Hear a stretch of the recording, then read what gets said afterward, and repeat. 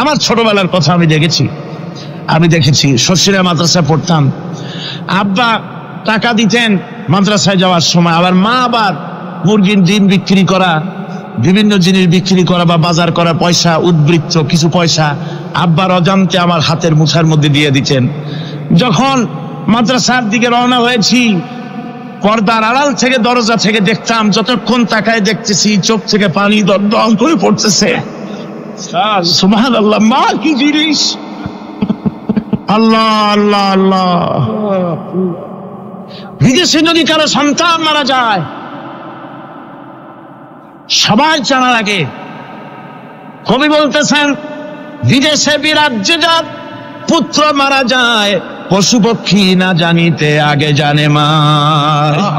মায়ের কই যার তারে টান লেগে যায়, মা বুঝতে পারে আমার সন্তানটা নাই। আহারে মা! আমার বন্ধুগণ, মা যার বেঁচে আছে বেয়াদবি করেছেন, পাও ধরে মাপ নিয়ে নেবেন, পাও ধরে মাপ নিয়ে নেবেন। মা তো পা ধরে দেখবেন মাফ করে দিবে। সুবহানাল্লাহ সুবহানাল্লাহ, কত দরদ তার বুকের মধ্যে। আর মা বাপকে সম্মান করবে। যাক, এই বিষয়ের উপরে আমি আর যেতে চাই না। সত্যি আপনাদের বললাম, এই বিশাল জনতাকে বললাম, সবচাইতে বড় পীর আপনার জন্য আপনার মা বাপ। সবচেয়ে বড় পীর কে? মা বাপ। সন্তুষ্ট করেন, রুজিতে অভাব ঘটবে না, কোন মাজারে গিয়ে সেজদা দেওয়া লাগবে না, আল্লাহর কসম মাজারে যাই চাওয়া লাগবে না। মা বাপকে খেদমত করেন, মা বাপকে খুশি করেন, মা বাপকে খাওয়ান, হাদিয়া দেন, মা বাপ খুশি, রুজিতে বরকত হবে, ব্যবসায় বরকত হবে, ঋণগ্রস্ত থাকবেন না, সম্মান আল্লাহ বাড়ায় দিবেন। সুবহানাল্লাহ বিহামদি, রাসূলুল্লাহর হাদিস। এই জন্য আমি অনুরোধ করব, মা বাপকে সম্মান করবে। নবী করিম সাল্লাল্লাহু আলাইহি ওয়াসাল্লাম ইন্তেকাল করলেন, এরপরে ক্ষমতা এলেন হযরত আবু বকর, প্রধান বিচারপতি হলেন হযরত ওমর। ইতিহাস লিখছে, ফামাকাতা আমান কামিলান ফালাম ইয়াখতাসিম ইলাইহি ইসনান। 1 বছর পার হয়ে গেল, হযরত ওমরের বিচারালয়ে একটা লোক বিচার চাইতে আসে নাই। আছে পৃথিবীতে কোন ইতিহাস এরকম যে 1 বছরে প্রচুর মামলা হয় না? বলেন আপনারা, আছে? হযরত ওমর রাদিয়াল্লাহু তাআলা আনহু হযরত আবু বকরের কাছে গিয়ে বললেন, মা হাজাতা বি ইনদা কওমিন মুমিনিনা ইয়া খলিফাত রাসূলিল্লাহ। হে আল্লাহর রাসূলের খলিফা, এই দেশে একটা বিচারকের দরকার কি? তিনি জিজ্ঞেস করলেন, লিমাযা? কই যে আমি তো 1 বছর থাকলাম, খালি বসে বসে কাঠখড়ি গুনলাম, কেউ বিচার চাইতে আসলো না। হযরত আবু বকর জিজ্ঞেস করলেন, তোমার কাছে যে কেউ বিচার চাইতে আসলো না, তার কারণ কি? তিনি বললেন, দীনুহুমুন নাসিহা। এই জাতির দিন হচ্ছে নসিহা করা, পরস্পরের কল্যাণ কামনা করা। ওয়া মানহাজুহুমুল কুরআন, আর তাদের সংবিধান হচ্ছে কোরআন। ওয়া আমালুহুম আল আমরু বিল মারুফ ওয়ান নাহয়ু আনিল মুনকার, আর এই জাতির আমল হলো ভালো কাজের আদেশ করা, অন্যায় কাজ থেকে মানুষকে বিরত রাখা। কুল্লু ওয়াহিদিন মিনহুম ইয়ারিফু হাদ্দাহু ফায়াকিফু ইনদাহু, আর এর প্রত্যেকটি ব্যক্তি তার সীমারেখা চেনে, আল্লাহর হদ সীমারেখা চেনে, এবং সেই সীমারেখার কাছেই সে দাঁড়িয়ে যায়। সুতরাং এই যখন এই জাতির অবস্থা, ফাফিমা হুম ইয়াখতাসিমুনা ইলাইয়া ইয়া খলিফাত রাসূলিল্লাহ সাল্লাল্লাহু আলাইহি ওয়াসাল্লাম, এই যখন জাতির অবস্থা, সেই জাতি মামলা করতে আসবে কেন? সুবহানাল্লাহ। মামলা নাই, মোকদ্দমা নাই, এমন একটি সমাজ নবী করিম সাল্লাল্লাহু আলাইহি ওয়াসাল্লাম তৈরি করেছেন। এবং এই সমাজে মানুষকে উপার্জনের জন্য তাগিদ দেওয়া হতো, চুপ করে বসে থাকতে পারবে না, কাজ করে খাও। কি করে খাও? বলেন, কি করে খাও? কাজ করে খাও। হাত যে এইভাবে করে নেয়, এই হাতের কোনো দাম নাই, এভাবে করে তিনি দেয়, সেই হাতের দাম বেশি। সুবহানাল্লাহ। আল্লাহ রাব্বুল আলামিন বলেন, ফাইদা কুদিয়াতিস সালাতু ফান্তাশিরু ফিল আরদি ওয়াবতাগু মিন ফাদলিল্লাহ। নামাজ যখন পড়া হয়ে গেল, ছড়িয়ে পড়ো আমার ময়দানে, ক্ষেত খামারে, অফিসে, আদালতে, রুজি কামাই করো, বসে থেকো না। রাসূলুল্লাহ বলেছেন, ইদা সাল্লাইতুমুল ফাজরা ফালা তানুমু আন তালবে আরযাতুকুম। ফজরের নামাজ যখন পড়া হয়ে বসে থেকো না, ফালা তানুমু, ঘুমায়ো না, আন তালবে আরযাকুকুম, রুজি কামাবার জন্য মাঠে ময়দানে নেমে যাও।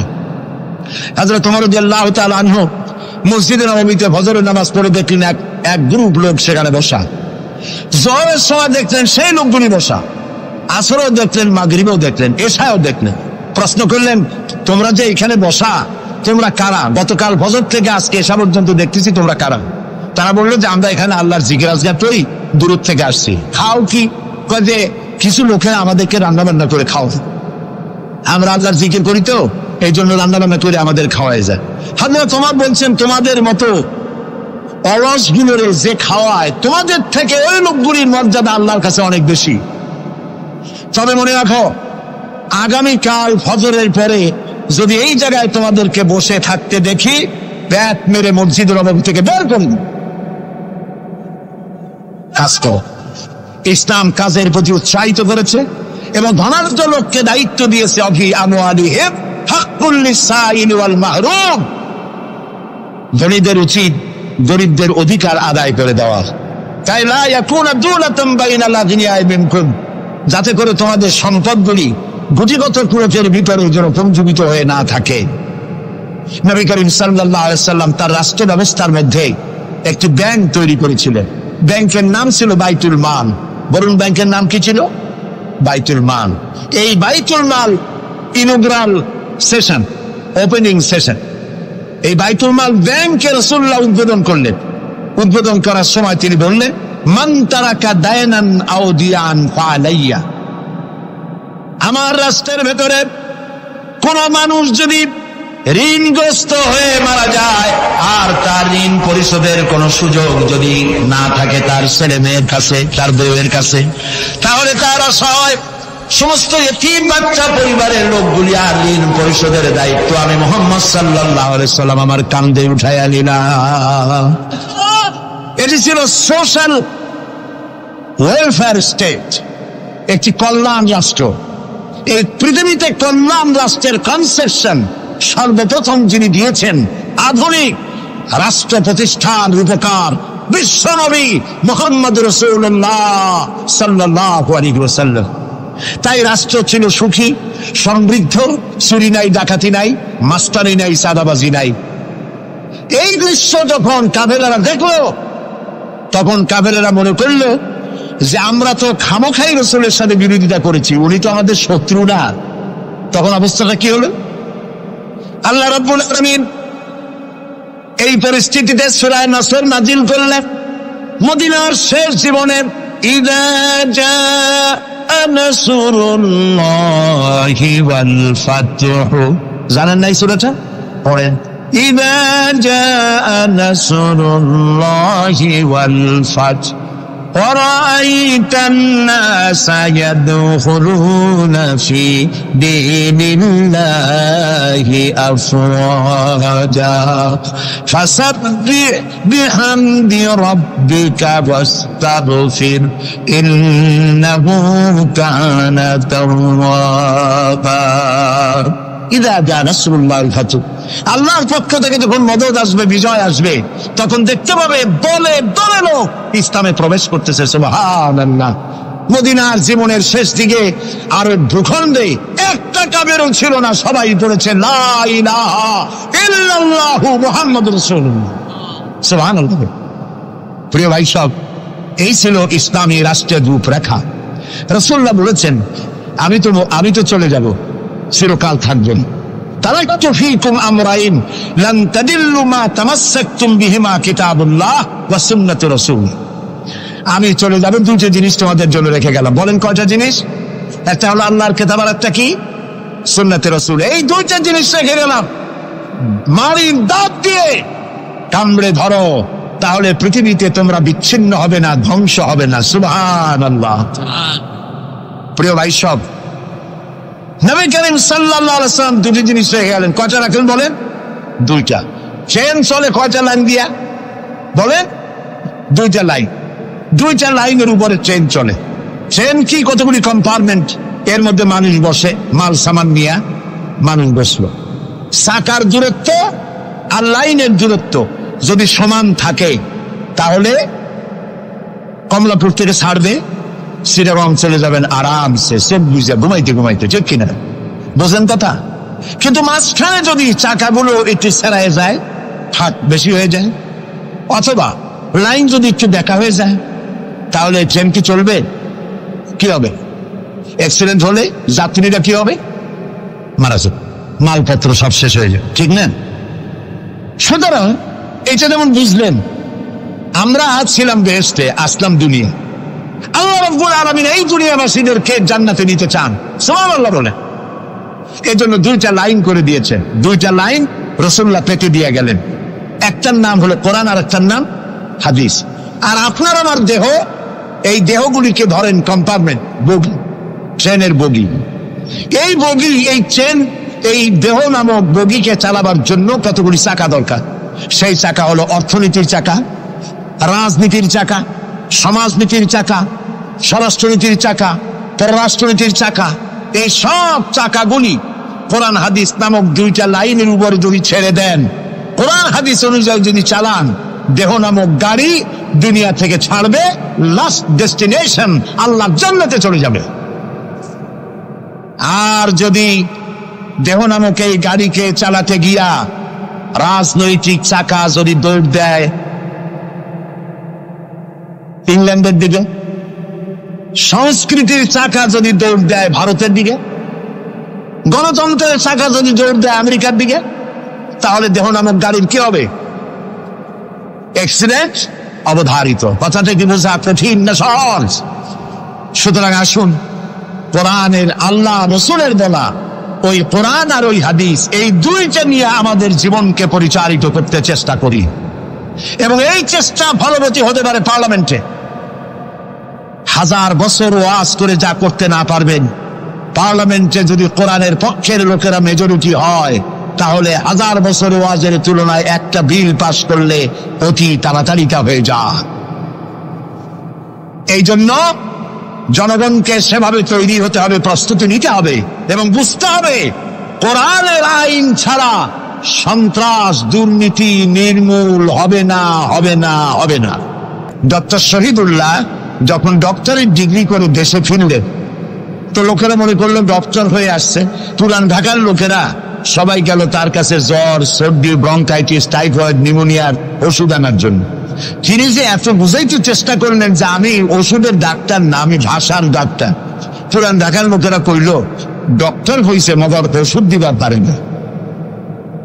ডক্টর মরহুম শহীদুল্লাহ তিনি বক্তৃতা করতে গিয়ে বলতেন শিক্ষিত লোকদেরকে, উনি তো সাধারণ লোকদের মধ্যে বক্তৃতা করতেন না, শিক্ষিত লোকদের মধ্যে বক্তৃতা করতে গিয়ে বলতেন, তোমরা যতই শিক্ষা গ্রহণ করো, ব্রিফকেস ভর্তি করে যত ডক্টরের ডিগ্রি আনো না কেন, এই কিতাবের জ্ঞান যদি না থাকে তোমরা পণ্ডিত, তবে তোমরা মূর্খ পণ্ডিত। এই কিতাবের জ্ঞান যদি থাকে তাহলে তোমরা সত্যিকারের পণ্ডিত হইতে পারবা। সেই কিতাবখানার নাম কি? আল কোরআন। আমি আজ আপনাদের সামনে এই কোরআন থেকে সেই কথাগুলি বলবো ইনশাআল্লাহ। আপনারা দোয়া করেন যেন বলতে পারি। আমি আল্লাহর কাছে নিজেকে সমর্থ করতেছি, সুবহানাকা লা ইলমা লানা ইল্লা মা আল্লামতানা। আল্লাহ তাআলা, আমার তো কোনো জ্ঞান নাই, আমি তো লোকেরা আমাকে মুফাসসিরে কোরআন বলে, কিন্তু আমি তো জানি আমি কি, আমি কোরআনের একজন ছাত্র মাত্র। এই লাখো জনতাকে তোমার কোরআন থেকে বলা তৌফিক দান করে দিও, বলি আমিন। প্রিয় ভাই সব, শয়তানের ওয়াসওয়াসা থেকে আসুন আগে পানা চেয়ে নি। সবাই পড়েন আমার সাথে, আউযু বিল্লাহি মিনাশ শাইতানির রাজীম, বিসমিল্লাহির রাহমানির রাহিম।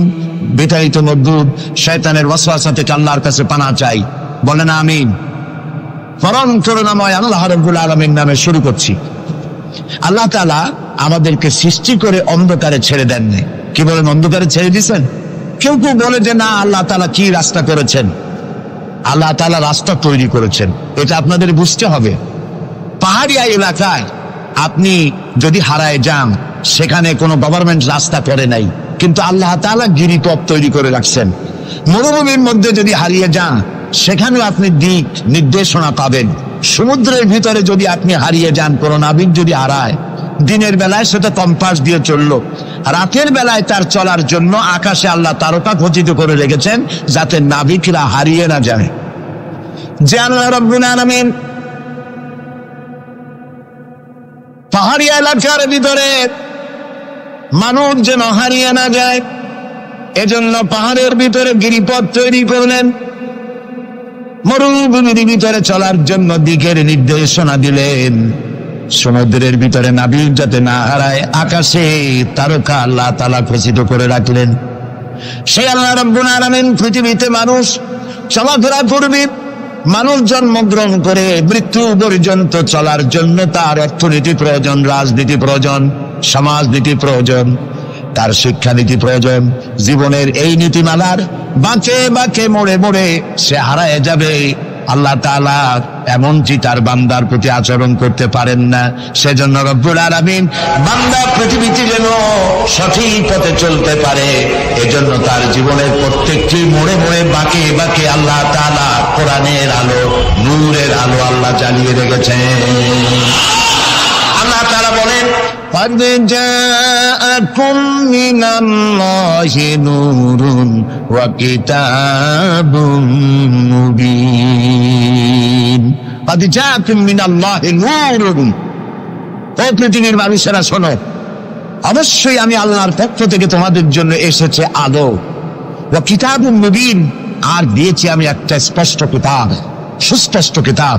তোমাদের সৃষ্টি করে আমি অন্ধকারে ফালাই দেই নেই, আমি একটা আলো দিছি। সেই আলোটা কি? সূর্যের? সেটি কি চন্দ্র? না, সেটি চন্দ্র নয়, সেটি সূর্য নয়। সেই আলোটির নাম হলো মুহাম্মাদুর রাসূলুল্লাহ সাল্লাল্লাহু আলাইহি ওয়াসাল্লাম। জীবনের এমন কোন দিক এবং বিভাগ নাই যেখানে আল্লাহ তাআলা মুহাম্মদ সাল্লাল্লাহু আলাইহি সাল্লামকে আদর্শ বানান নাই। সুবহানাল্লাহ। আমি তার কথাই আজকে আপনাদেরকে বলবো ইনশাআল্লাহ। বলি ইনশাআল্লাহ। প্রিয় ভাই সব, এই পৃথিবীতে আল্লাহ রাব্বুল আলামিন সব থেকে দুর্বল করে সৃষ্টি করেছেন মানব গোষ্ঠীকে। মানুষেরা সব থেকে দুর্বল। আপনি বলতে পারেন যে কেমনে আমরা দুর্বল হইলাম, এত মারামারি করি তারপরেও দুর্বল? হ্যাঁ, তারপরেও দুর্বল। যেমন গরু, সে তার আত্মরক্ষার জন্য মাথায় দুইটা শিং পাইছে, আমরা কেউ শিং পাইনি, আমরা দ্রুতগতি করতে পারিনি, ঠিক না? কথা কন না কেন? কুকুরে কামড়াইতে পারে, কুকুরের কাজ কুকুরে করেছে, কামড় দিয়েছে পায়, তাই বলে কি কুকুরে কামড়ানো মানুষের শোভা পায়? মানুষ কি কুত্তার গায়ে কামড় দিতে পারবে? ওই রকমের শক্তিশালী দাঁত মানুষের আল্লাহ দেন নাই। সাপেরে আল্লাহ তাআলা বিষধর দন্ত দিয়েছেন, বাঘেরে খাবার মধ্যে নখর দিয়েছেন, মূলার মতো মোটা মোটা দাঁত দিয়েছেন। এমনকি আত্মরক্ষার জন্য ভীমরুল বলারের রুল ফুটাবার মতো শক্তি আল্লাহ দিয়েছেন। এবার বলেন তো, আপনার কাছে আত্মরক্ষার কি আছে? আপনি তো বলতেই পারেন বীরত্বের সাথে, হ্যান করেঙ্গে ত্যান করেঙ্গে, লাঠি কে আমদার মুগুর ভরেঙ্গে, বলতে পারবেন, কিন্তু লাঠির মধ্যে মুগুর আপনি ভরতে পারবেন না। মানুষের কাছে আত্মরক্ষার কোনো হাতিয়ার নাই। এই মাহফিলের মধ্যে যদি এখন একটা সাপ ঢোকে অথবা বড় জাতের কয়েকটা ব্যাঙ ঢোকে, লাফানো শুরু করবে এই মাথা দিয়া লোক দৌড় আরম্ভ করবে। তারপর অন্তত সদরঘাট পর্যন্ত দৌড়াই গিয়ে জিজ্ঞেস করবে, ভাই আমরা দৌড়াই কেন? তো সামান্য ব্যাঙের সাথে পারি না, সামান্য সাপের সাথে পারি না, বললা ভীমরুলের সাথেও পারি না। আত্মরক্ষামূলক হাতিয়ার আমাদের কাছে দেওয়া হয় নাই। এরপরে এমনকি আমরা চোখে ভালো করে দেখি না, চোখ দিয়েও আমরা দেখতে পাই না। আপনারা বলবেন তাহলে আমরা কি ভেলকি দেখি? না, ভেলকি দেখেননি। আমাদেরকে দেখতে হলে আমরা আলোর সাহায্য দেখি, আলো না হলে আমরা দেখতেও পারি না। অমাবস্যার রাতে মানুষ নিজের শরীরও নিজে দেখতে পারে না। এই যে অবস্থা, এই যে দুর্বলতা, এই দুর্বল মানুষকেই পৃথিবীর সকল সবল প্রাণীর চাইতে আল্লাহ তাআলা শ্রেষ্ঠ করেছেন। শ্রেষ্ঠ কে বলেন? কে? কিসের দিক থেকে শ্রেষ্ঠ? জ্ঞান। জ্ঞান দিয়ে আল্লাহ মানুষকে শ্রেষ্ঠ করেছেন। সুতরাং জ্ঞান দিয়ে আপনি সব চিনবেন, আর আলোর পথ চিনবেন না, তা তো হতে পারে না। এই জন্য আপনি সব যেমন চেনেন, আলোর দিশাও আপনাকে পাইতে হবে। আপনার নেতা Karl Marx, Lenin, Mao Tsetung, Hegel, Darwin, Copernicus, Kepler এরা আপনার নেতা হতে পারে না। আপনার আমার নেতা হবেন মুহাম্মদুর রাসূলুল্লাহ সাল্লাল্লাহু আলাইহি ওয়াসাল্লাম। আচ্ছা, ওনারা নেতা হবেন না কেন? সেটাও একটু ব্যাখ্যার দাবি রাখে। ওনারাও কিন্তু কষ্ট করেছেন। মার্কস, হেগেল, মাও সেতুং এরা কষ্ট করেছেন, জেল খেটেছেন, বই লিখেছেন, মানবতার কল্যাণে এগুলি করেছেন। কিন্তু তাদের কথার কোনো মিল ছিল না। এক একজন এক এক ধরনের কথা বলেছেন এবং তাদের কথা দিয়ে পৃথিবীর মানুষের জন্য কোনো স্থায়ী শান্তি প্রতিষ্ঠিত হয় নাই পৃথিবীর 1 ইঞ্চি জমিনের ওপারেও। এটা ঠিক কিনা? নবীদের কথায় আমাদের চলতে হবে, কারণ নবীদের কথার মধ্যে কোনো গরমিল হয় নাই। আদম আলাইহিস সালাম বলেছেন আল্লাহ এক, নূহ আলাইহিস সালাম বলেছেন বেশি হইতে পারে, নাউযুবিল্লাহ। ইব্রাহিম আলাইহিস সালাম বলেছেন আখিরাত আছে, আরেকজন নবী বলেছেন নাও থাকতে পারে। একজন নবী বলেছেন কবর আযাব হবে, আরেকজনে বলেন এটা একটা আমার চিন্তায় না থাকতেও পারে। এইরকম নবীদের কথার মধ্যে কোনো ব্যস্কম হয়েছে? বলেন হয়েছে? কেন হয় নাই? কারণ দার্শনিক, রাজনীতিবিদ ওদের যে শ্রেণী, ওর থেকে নবীদের শ্রেণী সম্পূর্ণ স্বতন্ত্র এবং 2 শ্রেণীর মাঝে গালফ অফ ডিফারেন্স। দার্শনিক এবং রাজনীতিবিদরা তারা কথা বলেন নিজস্ব মন মস্তিষ্ক প্রসূত জ্ঞান দিয়ে, আর নবীরা কথা বলেন আল্লাহর জ্ঞান দিয়ে। এই জন্য পৃথিবীতে যত নবী এসেছেন সমস্ত নবীদের স্লোগান ছিল একটা। কয়টা ছিল? আদম আলাইহিস সালাম থেকে নিয়ে শুরু করে মুহাম্মাদুর রাসূলুল্লাহ সাল্লাল্লাহু আলাইহি ওয়াসাল্লাম পর্যন্ত যত নবী আল্লাহ পৃথিবীতে পাঠিয়েছেন সমস্ত নবীদের স্লোগান একটাই ছিল, লা ইলাহা ইল্লাল্লাহু মুহাম্মাদুর রাসূলুল্লাহ।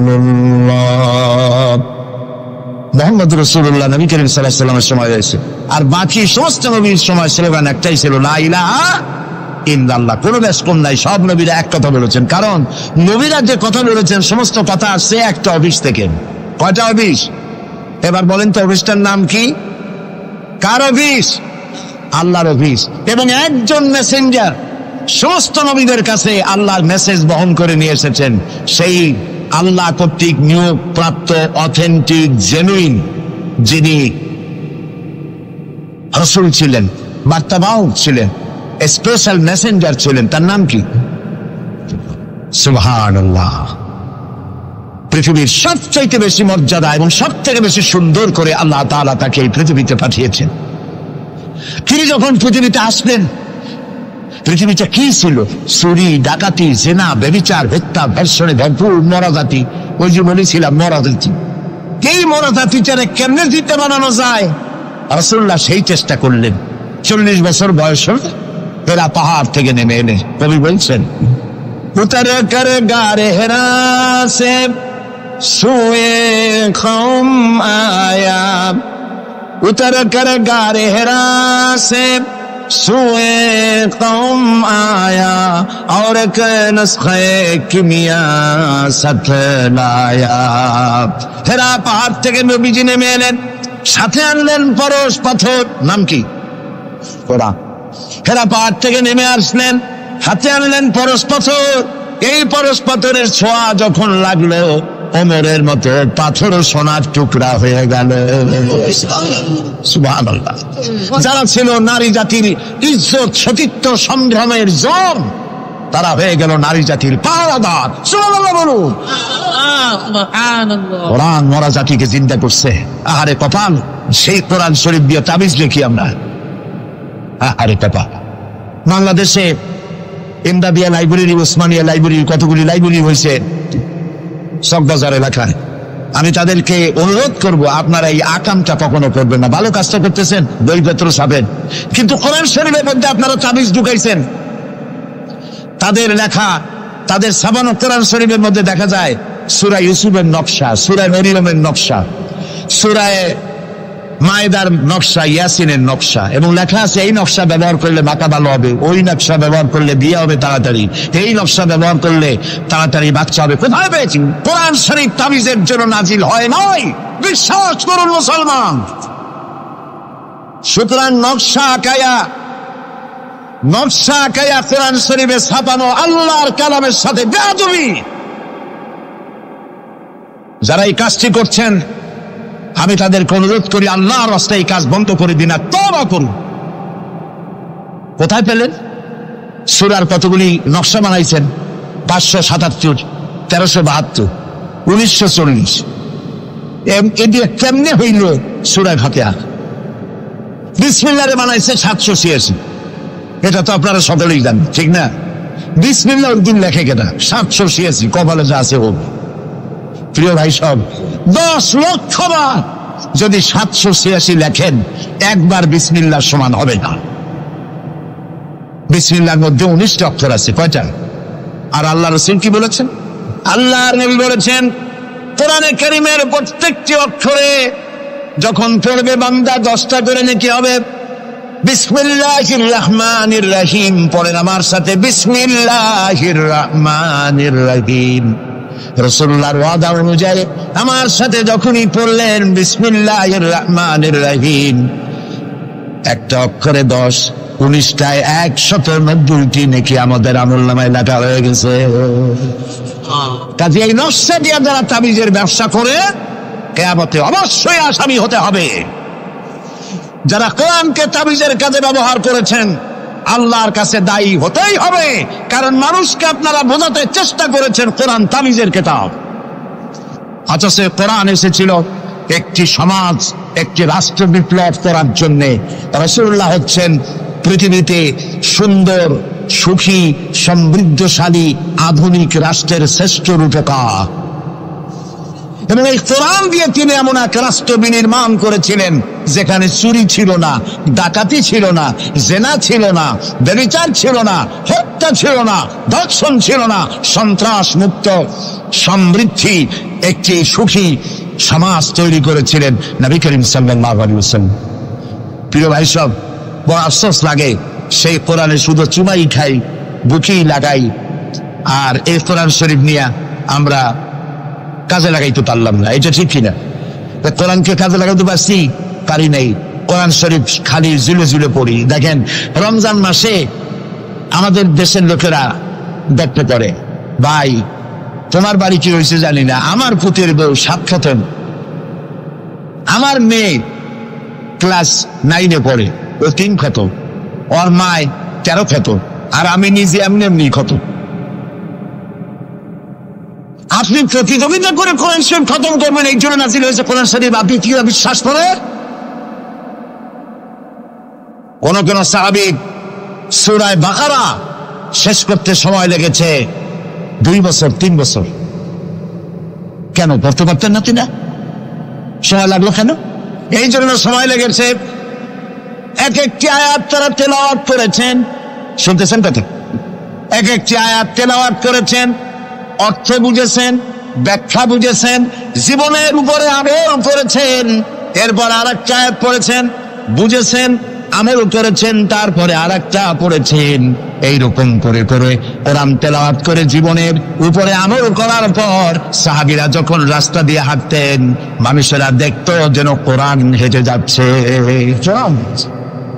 আরে আজ পৃথিবীতে আমরা মায়ের খাবো না কেন? আমি তো বলি বুশের মতো আরো 2-4টা বুশ আসা দরকার। মাইল আমাদের খাওয়াই দরকার। দুনিয়ার সব জাতি চেনা যায়, মুসলমান চেনা যায় না।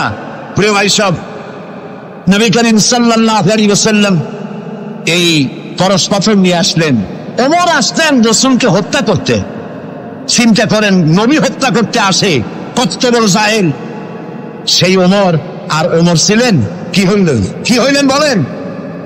কি সোনা ডায়মন্ড হয়ে গেলেন। আল্লাহু আকবার বলেন। আমার রাসূল বললেন, আমার পরে লা নাবিয়্যা বা'দি ওয়ালা রাসূলা, আমার পরে নবীও হবে না, রাসূলও হবে না। কিন্তু আমার পরে যদি আল্লাহ কাউকে নবী বানাতেন, ওমর অবশ্যই নবী হয়ে যেতেন। আল্লাহু আকবার। প্রিয় ভাই সব, ওমর রে জেহালাত থেকে কয়লার খনি ছিল ওমর, সেইখান থেকে ডায়মন্ড বানাই দিল আল্লাহ তাআলা। কি দিয়ে বানাইলেন? কোরআন। আমরা কিন্তু এর কাছেও যাইতে পারলাম না, খালি চুমা দিলাম আর তাবিজ বানাই গলায় ঝুলাইলাম। এই কোরআন শরীফ আমরা একটা কাপড় দিয়ে পেঁচাই রাখি, আমাদের ঘরে কাপড় দিয়ে কোরআন অনেকের বাড়িতে পেঁচানো আছে, আছে না? এই কাপড়টা যদি মাটিতে পড়ে যায়, যদি তাও লাগে, তাহলে আমরা আটকে উঠি, ঠিক না? কাপড়টা উঠাই কি করি? চুমা দিই। একটা কাপড় আটকে কিছু না, এখানে তো টেবিলেও কাপড় আছে, আমার পায়ের তলেও কাপড় আছে, আমার পরনেও কাপড় আছে, ঠিক না? আপনাদের আছে না? তো এগুলো পাও লাগবে তো আমি আটকে উঠি না। কোরআন শরীফের সাথে যে কাপড়টা ছিল ওটা পড়ে গেলে পাও লাগলে আটকে উঠি এবং অপরাধ বোধের সৃষ্টি হয়, ঠিক কিনা? কেন হয়? কারণ এই কাপড়টা কোরআনের সাথে কিছুদিন জড়ানো ছিল। কয়েকটা দিন কোরআনের সাথে জড়িয়ে থাকার কারণে একটা কাপড়ের টুকরার ইজ্জত যদি বাড়ে, ইজ্জত যদি বেড়ে গেল, যাদের জন্য কোরআন নাজিল হইল ওদের ইজ্জত বাড়লো না। আমাদের ইজ্জত বাড়ছে। আমাদের ইজ্জত যদি বাড়বে তাহলে ইরাকে বুশেরা আমাদের মারে কেন? আমাদের ইজ্জত যদি বাড়ে তাহলে শ্যারন প্যালেস্টাইনে আমাদের মারে কেন? আমাদের ইজ্জত যদি বাড়ে তাহলে কাশ্মীরে ভারতের কাফের সরকার আমাদের মারে কেন? আলজেরিয়ায়, বসনিয়ায়, চেচনিয়ায়, এরিত্রিয়ায়, সারা পৃথিবীতে আমরা মার খাচ্ছি। তাহলে কি এই কথা বুঝবো যে কোরআন থাকবে যে জাতির কাছে, কোরআনের কারণেই তারা মার খাবে? আল্লাহ কি বলে শুনি। আল্লাহ রাব্বুল আলামিন বলেন, তাহা মা আনজালনা আলাইকাল কুরআনা লিতাশকা। ও নবী, কোরআন আমি এই জন্য নাজিল করি নাই যে কোরআন আপনাকে ভাগ্য বিপর্যস্ত করে দেবে, হতভাগ্য বানায় দেবে। কোরআন এই জন্য নাজিল করি নাই। কোরআন নাজিল করেছে এই জন্য কোরআনের ধারক বাহক যারা হবে তারা শাসিত হবে না, গোটা বিশ্বকে তারা শাসন করবে। এই জন্য এসেছিল কোরআন। কারণ কোরআন দিয়ে শাসন করলেই মানুষেরা নিরাপত্তা পাবে। নারীর অধিকার কে দিল? এই কোরআন দিয়েছে। শ্রমিকের অধিকার কে দিল? এই কোরআন দিয়েছে। কৃষক, মজুর, সাদা এবং কালো মানুষের ব্যবধান কে দূর করলো? এই কোরআন করেছে। সুবহানাল্লাহ। এই কোরআনের মধ্যে কি কি আছে? এর মধ্যে রাজনীতি আছে, অর্থনীতি আছে, সমাজনীতি আছে, দর্শন আছে, এর মধ্যে পররাষ্ট্রনীতি আছে, স্বরাষ্ট্রনীতি আছে। বিজ্ঞান আছে বলে এ কোরআন বিজ্ঞানের বই নয়। ইতিহাস আছে বলে এ কোরআন ইতিহাসের বই নয়। রাজনীতি আছে বলে এটা রাজনীতির কিতাব নয়। অর্থনীতি আছে বলে এটা অর্থনীতির কিতাব নয়। তাহলে প্রশ্ন হবে এটা কি? এটা হচ্ছে মানুষের জীবন পরিচালনার জন্য যত নীতি প্রয়োজন, সমস্ত নীতির মূল নীতি যে কিতাবে লেখা হয়েছে সেই কিতাবের নাম আল কোরআন। প্রিয় ভাই সব, নবী করিম সাল্লাল্লাহু আলাইহি ওয়াসাল্লাম কে আল্লাহ তাআলা এজন্য পাঠান নাই যে তিনি আর তার সাহাবীরা মসজিদে বসে বসে আল্লাহ আল্লাহ করবেন আর রাষ্ট্র চালাবে ফেরাউন আর নমরুদেরা, রাষ্ট্র চালাবে আবু জাহেলের গোষ্ঠীরা, ফাসিক, ফুজ্জার, নামাজ নাই, রোজা নাই, ঘুষখোর, মদখোর, এরা রাষ্ট্র চালাবে। এই জন্য ইসলাম আসে নাই। ইসলাম এসেছে রাষ্ট্র পরিচালনা করার অধিকার কোরআনে কার? আল্লাহ রাব্বুল আলামিন বলেন, আলা লাহুল খালকু ওয়াল আমর ইনিল হুকমু ইল্লা লিল্লাহ। সৃষ্টি যার, আইন চলবে তার। সৃষ্টি যার, আইন চলবে তার। আলা লাহুল খালকু ওয়াল আমর, সৃষ্টি যার, আইন তারই চলবে। কারণ এই কোরআনের তো কোনো পরিবর্তন নাই। এটি সংবিধান, এটি কনস্টিটিউশন। আমাদের একটা কনস্টিটিউশন আছে, আছে না? কবে তৈরি হয়েছিল? 72-তে। 1972 সালে বাংলাদেশের সংবিধান রচিত হয়েছিল। আজকে 2004। 1972 থেকে 2004 এ পর্যন্ত আমার দেশের কনস্টিটিউশন অ্যামেন্ডমেন্ট, সংযোজন, বিয়োজন, পরিবর্তন, পরিবর্ধন ইত্যাদি হয়েছে নাকি হয়নি? কয়বার হয়েছে? 13 বার হয়ে গেছে। 13 বার হয়েছে আর 14 বার হবে খুব শিগগির। তাহলে স্বাধীনতার 32 বছরের ভিতরে যদি সংবিধান 14 বার পরিবর্তন হয়, সংশোধন হয়, এই রেশিও অনুযায়ী 100 বছর যদি যায়, তাহলে কম্বলের লোম বাঁচলে থাকবে কিছু? এটাও একটি সংবিধান। এটার নাম কি? সংবিধান, মানবতার সংবিধান। এটি শুধু মুসলমানদের জন্য নয়, কোন মুসলমান দাবি করতে পারবে না কোরআন একমাত্র আমার কিতাব না। আল্লাহ তাআলা শুরুতেই বলে দিয়েছেন হুদাল লিন-নাস, হুদাল লিল-মুত্তাকিন, হুদাল লিন-নাস, হাযা বায়ানুল লিন-নাস। পৃথিবীর সমস্ত মানব গোষ্ঠীর জন্য হেদায়েতের সর্বশেষ কিতাবের নাম কি? কোরআন শরীফ। প্রিয় ভাই সব, 1400 বছর বা 1500 বছর হয়ে গেছে কোরআনের বয়স। পরিবর্তন হয়েছে কয়বার হয়েছে? কিয়ামতের আগ পর্যন্ত আর কয়বার হবে? একবারও হবে না। কারণ এই কিতাব আসছে কার কাছ থেকে? আল্লাহর কাছ থেকে। তিনি নির্ভুল, তার কোনো ভুল নাই। আমার দেশের সংবিধান পরিবর্তন হয় কেন? এই জন্য হয় যারা সংবিধান রচনা করেছিলেন ওনাদের কাছে ভবিষ্যতের জ্ঞান ছিল না, অতীতের অভিজ্ঞতার ভিত্তিতে বর্তমানকে সামনে রেখে সংবিধান রচনা করেছেন। আর যখন নতুন নতুন সমস্যা সামনে আসছে তখন অতীতের অভিজ্ঞতা শেষ, নতুন অভিজ্ঞতা দিয়ে আবার পরিবর্তন করা লেগেছে, ঠিক কিনা? আল্লাহর কাছে কাল কয়টা? একটা। সেই কালটার নাম কি? মাশাআল্লাহ, আপনাদেরকে 100 দিলাম।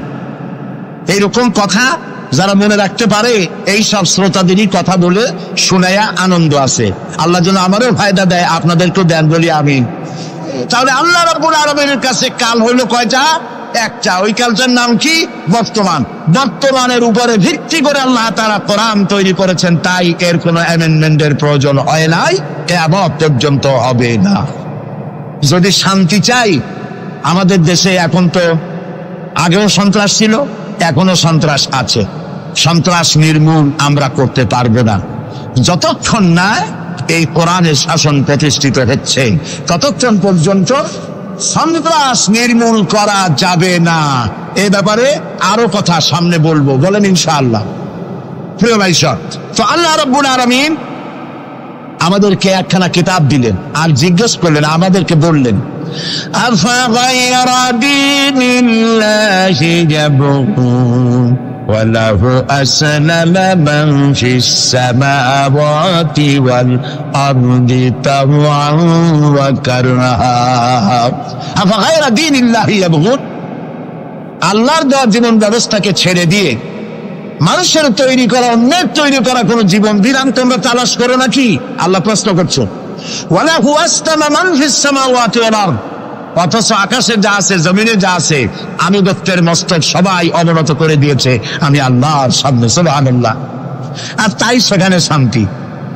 যারা আল্লাহর আইন মানে সেখানেই শান্তি। দেখেন, একটু আগে আমি বলেছিলাম শুরুতে, সকল প্রাণীর আত্মরক্ষার হাতিয়ার আছে। আমাদের যদি আত্মরক্ষা করতে হয়, লাঠি, বন্দুক, ছুরি ইত্যাদির আশ্রয় দিতে হয়। আমার শরীরে, আপনার শরীরে আত্মরক্ষামূলক কোন হাতিয়ার বলে নাই। এখন আপনি বলেন, আত্মরক্ষার হাতিয়ার আছে বাঘের। সুন্দরবনে বাঘ আছে নাকি নাই? আপনারা কি এটা শুনেছেন যে গত বছর সুন্দরবনের বাঘেরা কোন একটা বিষয় নিয়ে রাগারাগি করিয়া নিজেরা কামড়াকামড়ি করে 200 বাঘ মারা গেছে? হয়েছে এরকম? কুমিরের এত বড় বড় দাঁত এরকম খিল লেগে যান। এইসব কুমিরেরা তারা জঙ্গলে অথবা নদীর ভিতরে মারামারি করিয়া নিজেরা মারামারি করে 400-500 কুমির মারা গেছে। পাখিরা মারামারি করে মরছে, সাপেরা মারামারি করে মরছে। এরকম হয়েছে কখনো? হয় না। বরং আমি বলতে চাই, এই পৃথিবীতে বাঘে, সাপে, কুমিরে, হাঙ্গরে, সিংহে যত না মানুষ মেরেছে, মানুষেরা নিজেরাই তার থেকে 1,00,000 গুণে বেশি মানুষ মেরেছে। ওদের মধ্যে শান্তি আছে, আমাদের মধ্যে শান্তি নেই।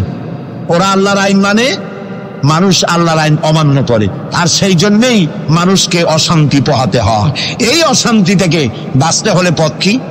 আল্লাহ রাব্বুল আলামিন বলেন, ইত্তাবিউ মা উনজিলা ইলাইকুম মির রাব্বিকুম ওয়া লা তাত্তাবিউ মিন দুনিহি আউলিয়া। ইত্তাবিউ মা উনজিলা ইলাইকুম মির রাব্বিকুম, আনুগত্য করো, অনুসরণ করো, অনুকরণ করো ওই জিনিসের যা তোমার রবের পক্ষ থেকে নাজিল হয়েছে। কি নাজিল হয়েছে বলেন? এইটার অনুসরণ করো। ওয়ালা তাত্তাবিউ মিন দুনিহি আউলিয়া, আর তোমাদের নেতারা যা কিছু তোমাদের জন্য বানিয়েছে তার অনুসরণ করো না। মানব রচিত আইনে শান্তি নাই। আল্লাহ তাআলা বলছেন, আমার বান্দারা ইত্তাবিউ মা উনজিলা ইলাইকুম মির রাব্বিকুম, আল্লাহর পক্ষ থেকে যে কিতাব আসছে, এইটার অনুসরণ করো, এটার মধ্যে সব আছে।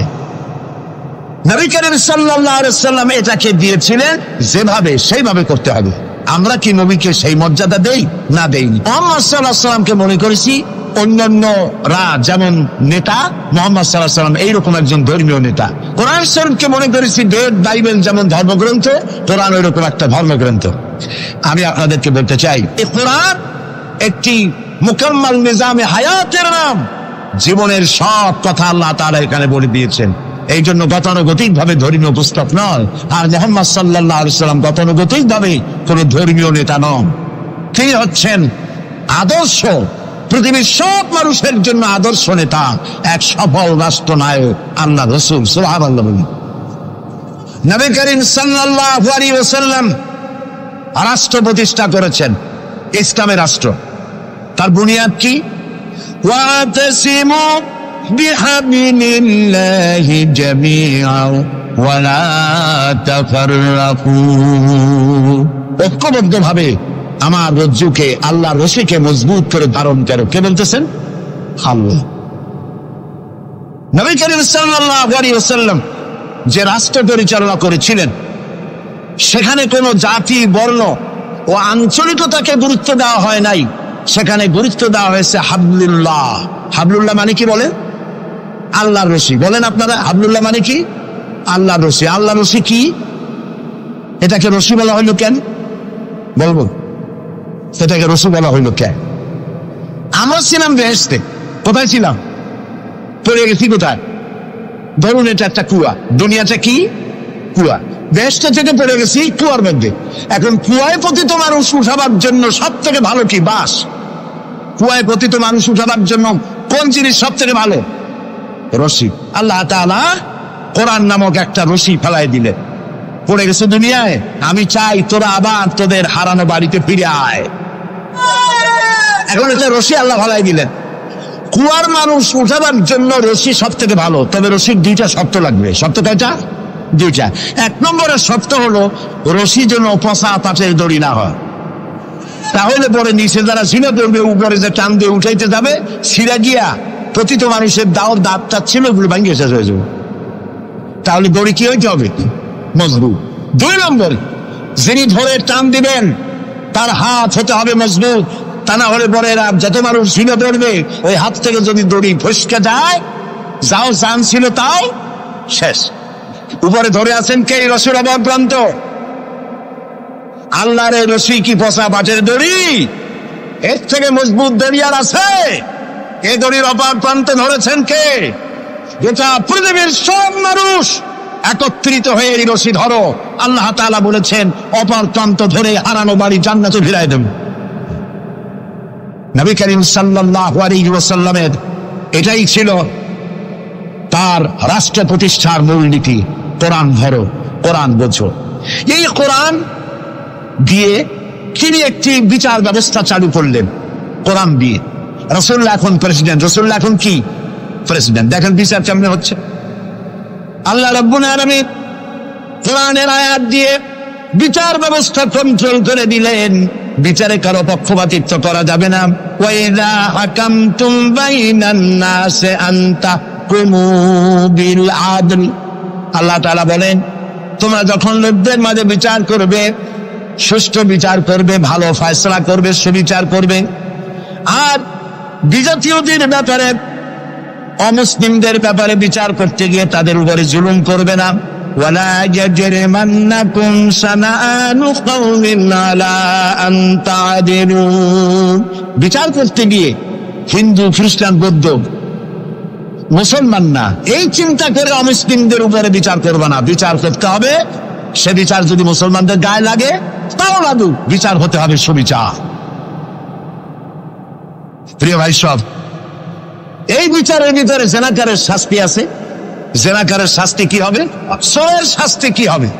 আল্লাহ তাআলা বলে দিলেন, আস-সারিকু ওয়াস-সারিকাতু ফাকতাউ আইদিয়াহুমা। চোর পুরুষ হোক আর নারী হোক, উভয়ের হাত কেটে দাও। এই আইনটা কার? বলে আল্লাহ তাআলার আইন। এই আইনকে কিছু কিছু লোক বলে এইটা নাকি বর্বর আইন। বলেন নাউযুবিল্লাহ। আল্লাহর আইনকে যদি কেউ বর্বর আইন বলে, তার ঈমান থাকে? আর ইমান তো নাই, থাকবে কি? আল্লাহ বলছেন হাত কেটে দাও। এখন যারা এটার বিরুদ্ধে তারা বলে কি জানেন? ওদের তো বলা হয় বুদ্ধিজীবী। কি জীবী? বুদ্ধিজীবী। আর বুদ্ধির ঠেলায় যত বুদ্ধিজীবী আছে বাংলাদেশে দেখবেন মাথায় কারো চুল নাই। বুদ্ধির জ্বালায় চুল টুল সব শেষ। চতুর্দিকে কিছু আছে স্টেডিয়ামের মতো, চতুর্দিকে দর্শক, মাঝখানে খালি। এরা বলে কি? এরা বলে চোরের হাত কাটা আইন বর্বর আইন। হাত কাটলে ও তো গরিব মানুষ, চুরি করছে, হাতটা কাটলে ওর ছেলে মেয়ে না খাই মরবে, সবাই হবে ভিক্ষু। এটা টাইম হলো? ওই বেটারা জানে না চোরের হাত কাটা আইন রাসূলুল্লাহর মুক্তি জিন্দেগিতে নাজিল হয় নাই। এই আইন নাজিল হয়েছে রাসূলুল্লাহ যখন মদিনায় প্রেসিডেন্ট। খাওয়া, পড়া, শিক্ষা, চিকিৎসা, বাসস্থানের গ্যারান্টি দেওয়া হয়ে গেছে। কারো খাবারের অভাব নাই, পড়ার অভাব নাই। এই সময় আয়াত নাজিল হলো। এখন তো যদি চুরি করে তাহলে বোঝা যাবে এটা তার পেশা অথবা নেশা। পেটের জ্বালায় তো আর চুরি করেনি। কাজে এখন যদি কেউ চুরি করে হাত কেটে দাও। হযরত ওমর রাদিয়াল্লাহু তাআলা আনহু বলেছেন, তার জামানায় একবার দুর্ভিক্ষ হয়েছিল মদিনায়। তিনি বলেছিলেন, এখন যদি কোন চোর ধরা পড়ে এই অবস্থায় যে পেটের জ্বালায় চুরি করছে, এটা যদি প্রমাণিত হয় তাহলে হাত কাটা আইন চালু করবা না। তার মানে ইসলাম আগে দেয় পেটে, তারপরে দেয় পিঠে। এই জন্য ইসলামী সরকার তার কাজই হলো জাতির উপরে, দেশবাসীর উপরে ইনসাফ করা, তাদের প্রয়োজন মিটিয়ে দেওয়া। এটা হচ্ছে তাদের দায়িত্ব। সেই দায়িত্ব করে ইসলাম। এবার দেখেন নরহত্যার শাস্তি। এই যে সমানে খুন হইতেছে বিভিন্ন জায়গায়, শাস্তি হয় না, সেই জন্য খুন বাড়তে থাকে। বিচারের কিছু মাইল পেস আছে, সেই মাইল পেসে চোরগুলা, ডাকাতগুলা, সন্ত্রাসীগুলা পার পাইয়া যায়। পুলিশেরা জীবন প্রাণান্ত করে এক একটা আসামি ধরে, প্রাণান্ত করে আসামি ধরে। তারপরে হাইকোর্ট থেকে জামিন পাইয়া যায়। যারে ধরলো জামিন পেয়ে গেল। এখন তো সে পুলিশের নাকের ডগায় আঙ্গুল দিয়ে দেখা যায়, পাল্লা নামার আটকাইতে। ঠিক না? ইসলামের বিধান ভিন্ন। হত্যা করেছে, ইয়া আইয়ুহাল্লাযীনা আমানু কুতিবা আলাইকুমুল কিসাসু ফিল কাতলা, তোমাদের প্রতি নরহত্যার শাস্তি স্বরূপ কিসাস নির্দিষ্ট করা হয়েছে। অর্থাৎ হত্যার বদলে হত্যা। যে হত্যা করেছে প্রমাণিত হয়েছে, ওরে নিয়ে আসো পল্টনের মাঠে, রেডিওর সমস্ত চ্যানেলগুলিকে দাওয়াত দাও, পত্রিকার সাংবাদিকদের দাওয়াত দাও, লোকেরা দেখুক, সকলের সামনে ওকে হত্যা করা হোক। জিনার শাস্তি আযানি ওয়াযানিয়াতু, আযানিয়াতু ওয়াযানি ফাজলিদু কুল্লা ওয়াহিদিন মিনহুমা মিআতা জালদা। জিনাকার পুরুষ, জিনাকারিনী মহিলা 100 দৌড়া মারো, যদি অবিবাহিতা হয়। আর বিবাহিতা হলে প্রাণদণ্ড দাও। একজন ধর্ষক যে নারী ধর্ষণ করেছে, ধর্ষণ হচ্ছে না, বিচার নাই। ওই আমলে গত 5 বছরে জাহাঙ্গীরনগর বিশ্ববিদ্যালয় এক কোরআনদার 100 বার জেনা করেছে, 100 বার।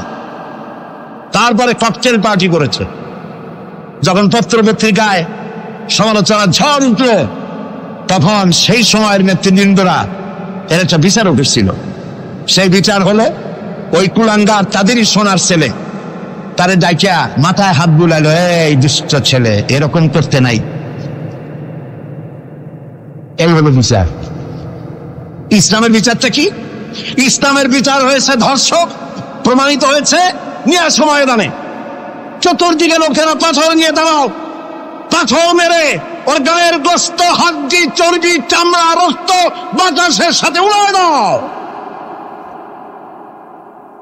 এই দৃশ্য যারা দেখবে উপস্থিত থেকে, রেডিও এবং টেলিভিশনের মাধ্যমে যারা দেখবে, চিন্তা করেন এরপরে যদি ধর্ষণ এই নামটা যদি মাথায় আসে, 15 জগ পানি খাওয়া লাগবে ধর্ষণে। ঠিক কিনা বলে? এই বিচারটা কার? চিল্লায় বলেন। নবী করিম সাল্লাল্লাহু আলাইহি ওয়াসাল্লাম পৃথিবীর সফল শ্রেষ্ঠ রাষ্ট্রনায়ক, কোরআনের এই বিচার পদ্ধতি দিয়ে একটি সুন্দর সমাজ বিনির্মাণ করেছিলেন, যেখানে চুরি নাই, ডাকাতি নাই, জেনা নাই, হত্যা নাই, ধর্ষণ নাই, সব বন্ধ। প্রিয় ভাই সব, আল্লাহর কথা, রাসূলের কথা, ইতিহাসের কথা বলছি। আলহামদুলিল্লাহ বলে নবী করিম সাল্লাল্লাহু আলাইহি ওয়াসাল্লাম ইন্তেকাল করলেন। এরপরে ক্ষমতায় এলেন হযরত আবু বকর, প্রধান বিচারপতি হলেন হযরত ওমর। ইতিহাস লিখছে ফামাকাতা আমান কামিলান ফালাম ইয়াখতাসিম ইলাইহি ইসনান।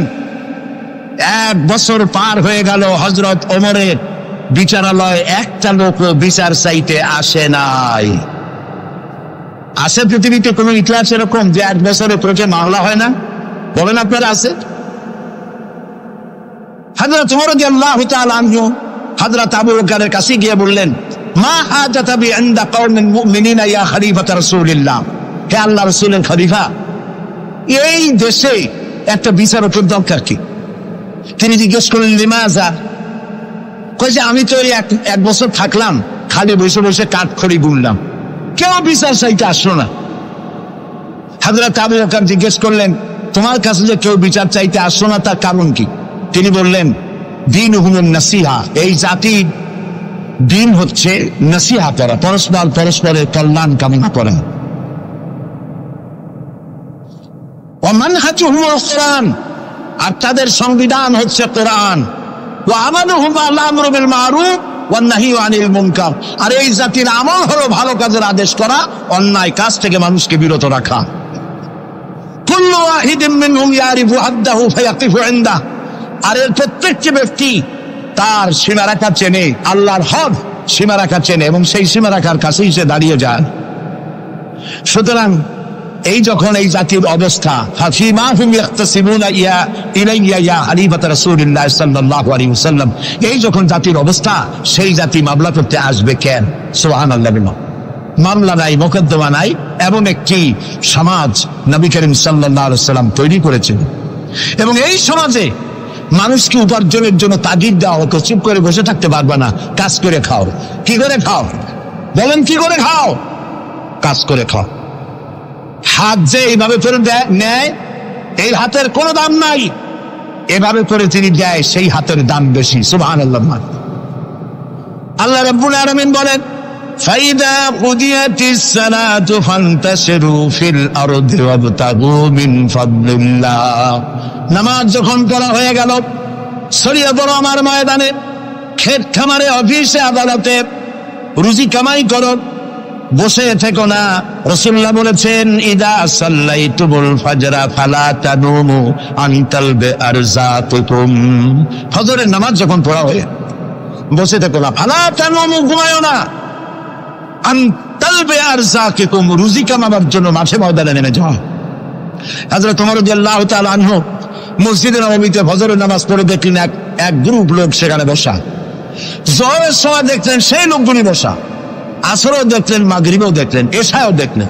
প্রশ্ন করলেন, তোমরা যে এখানে বসা, তোমরা কারা? গতকাল ফজর থেকে আজকে এশা পর্যন্ত দেখতেছি, তোমরা কারা? তারা বললো যে আমরা এখানে আল্লাহর জিকির আজগার করি, দূর থেকে আসছি। খাও কি? যে কিছু লোকেরা আমাদেরকে রান্না বান্না করে খাও, আমরা আল্লাহর জিকির করি তো এই জন্য রান্না বান্না করে আমাদের খাওয়াই যায়। হযরত ওমর বলছেন, তোমাদের মতো অলসগুলোরে যে খাওয়ায়, তোমাদের থেকে ওই লোকগুলির মর্যাদা আল্লাহর কাছে অনেক বেশি। তবে মনে রাখো, আগামীকাল ফজরের পরে যদি এই জায়গায় তোমাদেরকে বসে থাকতে দেখি, ব্যাট মেরে মসজিদের নববী থেকে বের করুন। কাজ করো। ইসলাম কাজের প্রতি উৎসাহিত করেছে এবং ধনাঢ্য লোককে দায়িত্ব দিয়েছে, অফি আমওয়ালিহিম হাক্কুল লিসাইল ওয়াল মাহরুম, ধনীদের উচিত গরিবদের অধিকার আদায় করে দেওয়া। তাই লা ইয়াকুনা দুলাতাম বাইনাল আগনিয়া মিনকুম, যাতে করে তোমাদের সম্পদগুলি গুটিগত কুরুচের ভিতরে যেন পঞ্জীবিত হয়ে না থাকে। নবী করিম সাল্লাল্লাহু আলাইহি ওয়াসাল্লাম তার রাষ্ট্র ব্যবস্থার মধ্যে একটি ব্যাংক তৈরি করেছিলেন। ব্যাংকের নাম ছিল বাইতুল মাল। বলুন, ব্যাংকের নাম কি ছিল? বাইতুল মাল। এই বাইতুল মাল ইনগ্রাল সেশন, ওপেনিং সেশন, এই বাইতুল মাল ব্যাংকে রাসূলুল্লাহ উদ্বোধন করলেন। উদ্বোধন করার সময় তিনি বললেন, মান তারাকা দায়নান আও দিয়ান ফালাইয়া, আমার রাষ্ট্রের ভেতরে কোন মানুষ যদি ঋণগ্রস্ত হয়ে মারা যায়, আর তার ঋণ পরিশোধের কোনো সুযোগ যদি না থাকে তার ছেলে মেয়ের কাছে, তার বউয়ের কাছে, তাহলে তার অসহায় সমস্ত ইতিম বাচ্চা পরিবারের লোকগুলি আর ঋণ পরিশোধের দায়িত্ব আমি মুহাম্মদ সাল্লাল্লাহু আলাইহি সাল্লাম আমার কাঁধে উঠাইয়া নিলাম। এটি ছিল সোশ্যাল ওয়েলফেয়ার স্টেট, একটি কল্যাণ রাষ্ট্র। এই পৃথিবীতে কল্যাণ রাষ্ট্রের কনসেপশন সর্বপ্রথম যিনি দিয়েছেন আধুনিক রাষ্ট্র প্রতিষ্ঠান রূপকার বিশ্বনবী মুহাম্মদ রাসূলুল্লাহ সাল্লাল্লাহু আলাইহি ওয়াসাল্লাম। তাই রাষ্ট্র ছিল সুখী, সমৃদ্ধ, চুরি নাই, ডাকাতি নাই, মাস্তানি নাই, সাদাবাজি নাই। এই দৃশ্য যখন কাফেরেরা দেখলো, তখন কাফেরেরা মনে করলো যে আমরা তো খামোখাই রাসূলের সাথে বিরোধিতা করেছি, উনি তো আমাদের শত্রু না। তখন অবস্থাটা কি হলো? আল্লাহ রাব্বুল আলামিন এই পরিস্থিতিতে সূরা নসর নাজিল করলেন মদিনার শেষ জীবনে। ইযা জাআ নাসরুল্লাহি ওয়াল ফাতহু, জানেন না এই সূরাটা? পড়েন। ইযা জাআ নাসরুল্লাহি ওয়াল ফাতহু وَرَأَيْتَ النَّاسَ يَدْخُلُونَ فِي دِينِ اللَّهِ أَفْوَاجًا فَسَبِّحْ بِحَمْدِ رَبِّكَ وَاسْتَغْفِرْ إِنَّهُ كَانَ تَوَّابًا। ইযা জাআ নাসরুল্লাহিল ফাতহু, আল্লাহর পক্ষ থেকে যখন মদদ আসবে, বিজয় আসবে, তখন দেখতে পাবে দলে দলে লোক ইসলামে প্রবেশ করতেছে। সুবহানাল্লাহ। মদিনার জীবনের শেষ দিকে আর ভূখণ্ডে একটা কাফেরও ছিল না, সবাই পড়েছে লা ইলাহা ইল্লাল্লাহু মুহাম্মাদুর রাসূলুল্লাহ। সুবহানাল্লাহ। প্রিয় ভাই সব, এই ছিল ইসলামী রাষ্ট্রের রূপরেখা। রাসূলুল্লাহ বলেছেন আমি তো চলে যাব, চিরকাল থাকবেন। তারাকতু ফীকুম আমরাইন লান তাদিল্লু মা তামাসসাকতুম বিহিমা কিতাবুল্লাহ ওয়া সুন্নাতু রাসূল। আমি চলে যাব, দুটো জিনিস তোমাদের জন্য রেখে গেলাম। বলেন কয়টা জিনিস? একটা হলো আল্লাহর কিতাব, আর একটা কি? সুন্নাতে রাসূল। এই দুইটা জিনিস রেখে গেলাম। মারির দাঁত দিয়ে কামড়ে ধরো, তাহলে পৃথিবীতে তোমরা বিচ্ছিন্ন হবে না, ধ্বংস হবে না। সুবহানাল্লাহ। প্রিয় ভাই সব, নবী করিম সাল্লাল্লাহু আলাইহি ওয়াসাল্লাম দুটি জিনিস রেখে গেলেন। কয়টা রাখলেন বলেন? দুইটা। চেন চলে কয়টা লাইন দিয়া? বলেন। দুইটা লাইন। দুইটা লাইনের উপরে ট্রেন চলে। ট্রেন কি? কতগুলি কম্পার্টমেন্ট, এর মধ্যে মানুষ বসে, মাল সামান নিয়ে মানুষ বসলো। চাকার দূরত্ব আর লাইনের দূরত্ব যদি সমান থাকে, তাহলে কমলাপুর থেকে ছাড়বে, চিটাগং চলে যাবেন আরামসে, সেফ বুঝে ঘুমাইতে ঘুমাইতে, ঠিক কিনা? বোঝেন কথা? কিন্তু মাঝখানে যদি চাকাগুলো একটু ছেড়ায় যায়, ফাঁক বেশি হয়ে যায়, অথবা লাইন যদি একটু বেঁকা হয়ে যায়, তাহলে ট্রেন কি চলবে? কি হবে? অ্যাক্সিডেন্ট হলে যাত্রীরা কি হবে? মারা যাবে, মালপত্র সব শেষ হয়ে যাবে, ঠিক না? সুতরাং এটা যেমন বুঝলেন, আমরা আজ ছিলাম বেহেশতে, আসলাম দুনিয়া। আল্লাহ রাব্বুল আলামিন এই দুনিয়াবাসীদেরকে জান্নাতে নিতে চান, সুবহানাল্লাহ বলেন। এই জন্য দুইটা লাইন করে দিয়েছেন। দুইটা লাইন রাসূলুল্লাহ পেতে দিয়ে গেলেন। একটার নাম হলো কোরআন, আর একটার নাম হাদিস। আর আপনার আমার দেহ, এই দেহগুলিকে ধরেন কম্পার্টমেন্ট, বগি, ট্রেনের বগি। এই বগি, এই ট্রেন, এই দেহ নামক বগিকে চালাবার জন্য কতগুলি চাকা দরকার। সেই চাকা হলো অর্থনীতির চাকা, রাজনীতির চাকা, সমাজনীতির চাকা, স্বরাষ্ট্রনীতির চাকা, পররাষ্ট্রনীতির চাকা। এই সব চাকাগুলি কোরআন হাদিস নামক দুইটা লাইনের উপরে যদি ছেড়ে দেন, কোরআন হাদিস অনুযায়ী যদি চালান, দেহ নামক গাড়ি দুনিয়া থেকে ছাড়বে, লাস্ট ডেস্টিনেশন আল্লাহর জান্নাতে চলে যাবে। আর যদি দেহ নামক এই গাড়িকে চালাতে গিয়া রাজনৈতিক চাকা যদি দৌড় দেয় ইংল্যান্ডের দিকে, সংস্কৃতির চাকা যদি দৌড় দেয় ভারতের দিকে, গণতন্ত্রের চাকা যদি দৌড় দেয় আমেরিকার দিকে, তাহলে দেহ নামক গাড়ির কি হবে? অ্যাক্সিডেন্ট অবধারিত। কথাটা কি বোঝা কঠিন না সহজ? সুতরাং আসুন, কোরআনের, আল্লাহ রাসূলের বলা ওই কোরআন আর ওই হাদিস, এই দুইটা নিয়ে আমাদের জীবনকে পরিচালিত করতে চেষ্টা করি। এবং এই চেষ্টা ফলবতী হতে পারে পার্লামেন্টে। 1000 বছর ওয়াজ করে যা করতে না পারবেন, পার্লামেন্টে যদি কোরআনের পক্ষের লোকেরা মেজরিটি হয়, তাহলে 1000 বছর ওয়াজের তুলনায় একটা বিল পাস করলে অতি তাড়াতাড়ি তা হয়ে যায়। এই জন্য জনগণকে সেভাবে তৈরি হতে হবে, প্রস্তুতি নিতে হবে এবং বুঝতে হবে কোরআনের আইন ছাড়া সন্ত্রাস দুর্নীতি নির্মূল হবে না, হবে না, হবে না।